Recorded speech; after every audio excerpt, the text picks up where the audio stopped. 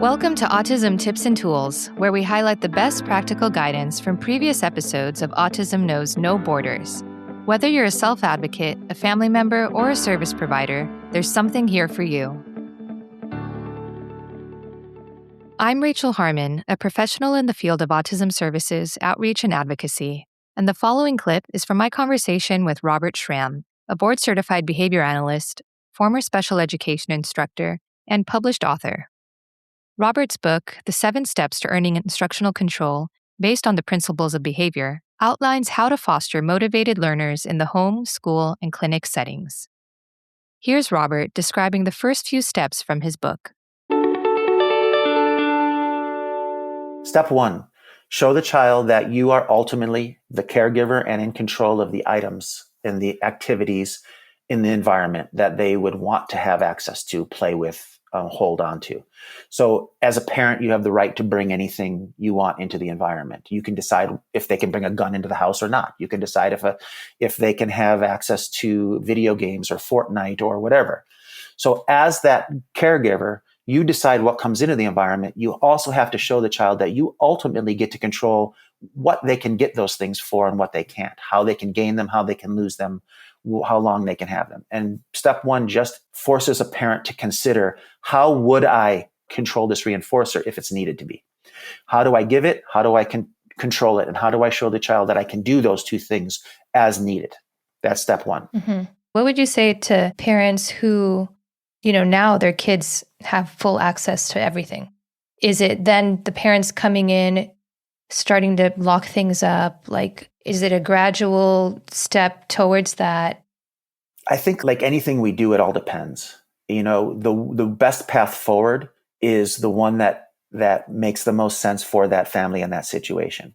In some cases, it's best to just wipe the slate clean and say, okay, we need to start taking these items out of this room and being able to bring them into the room as they're developing that. Really, what happens is, what it generally looks like is there's toys all over the home. There's toys all over the floor. And when the family asks the child, hey, come on over here and have something to eat, the child says no, and then they go off and play.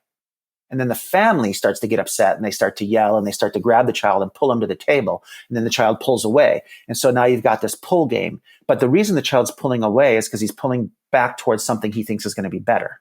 Mm-hmm. And so by taking control over those items and just cleaning up the house, putting them into bins or putting them into rooms where if you needed to, you could close the door or put it up on a shelf where the child can't reach it. Then when you say, hey, I need you to sit down, and the child says, I don't really want to, you can say, okay, you don't have to. It's your choice. But you can't go off and play. You can't go off and have whatever you want. Like if I went to work and I said, you know what, I'm just not going to work today, they're not going to keep paying me for that job. But I know our kids aren't at work, but they are learning. Their job is to learn how to live in society in a way that's successful for them.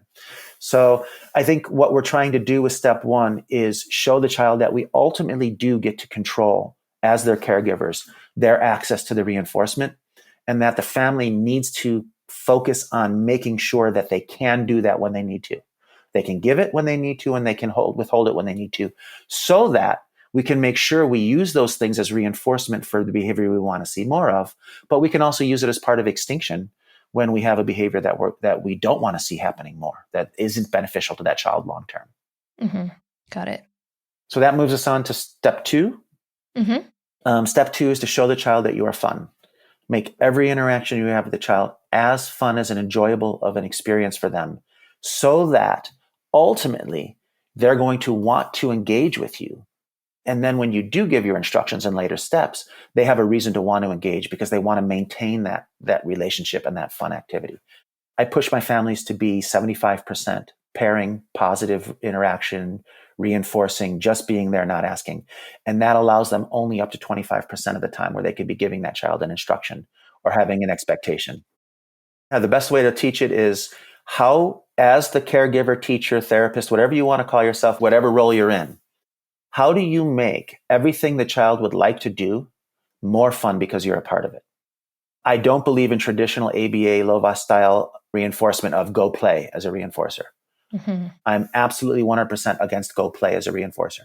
I think come play with me should be your reinforcer. Mm-hmm. I'll play with you your way and make it more fun because I'm a part of it. That needs to be the reinforcer, because we're not just trying to get a child to do what we've asked them to do so that they can play on their own, but we're trying to get them to see us as the direction by which all the wonderful things of life can come. We're the way you get the best things in life is through your parents, through your caregivers. Mm-hmm. Yeah, I've heard, people say you want to be the grandma, or Sasha Long says you want to be the chocolate chip cookie.